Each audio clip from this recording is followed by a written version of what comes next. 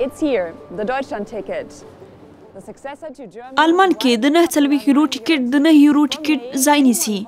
دا ټیکټ د مې میاشتې له لومړۍ نیټې کارېدلی او ګرد آلمان ته پرې په عمومي ترانسپورټ کې سفر کېدلی شي.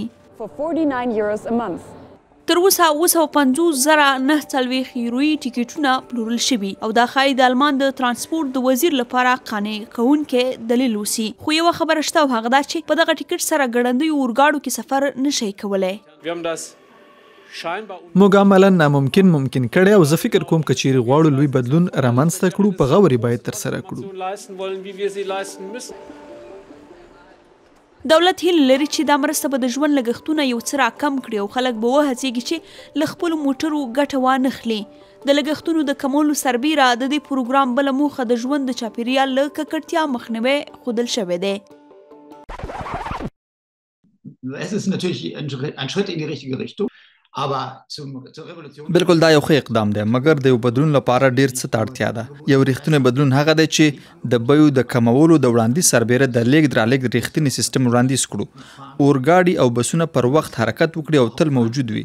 موږ باید هممهاله د موټر لرلو امتیازات کم کړو ځکه تاسې نشئ کولی یو له بل پرته وکړئ. له دې پرته به هیڅ شی اغیز ونه لري. تر دې دمه آلمان کې 40 سلنه خلک د 9 یورو ټیکټ د کارولو غوښتونکي دي.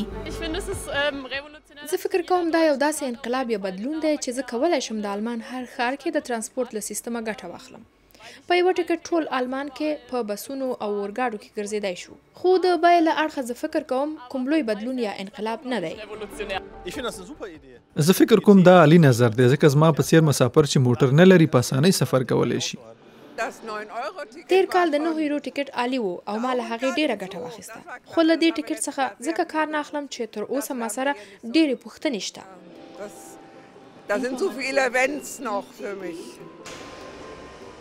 تیر کال د 9 یورو ټیکټ په آلمان کې د تاریخ تر ټولو بریالی ټیکټ ثبت شوی.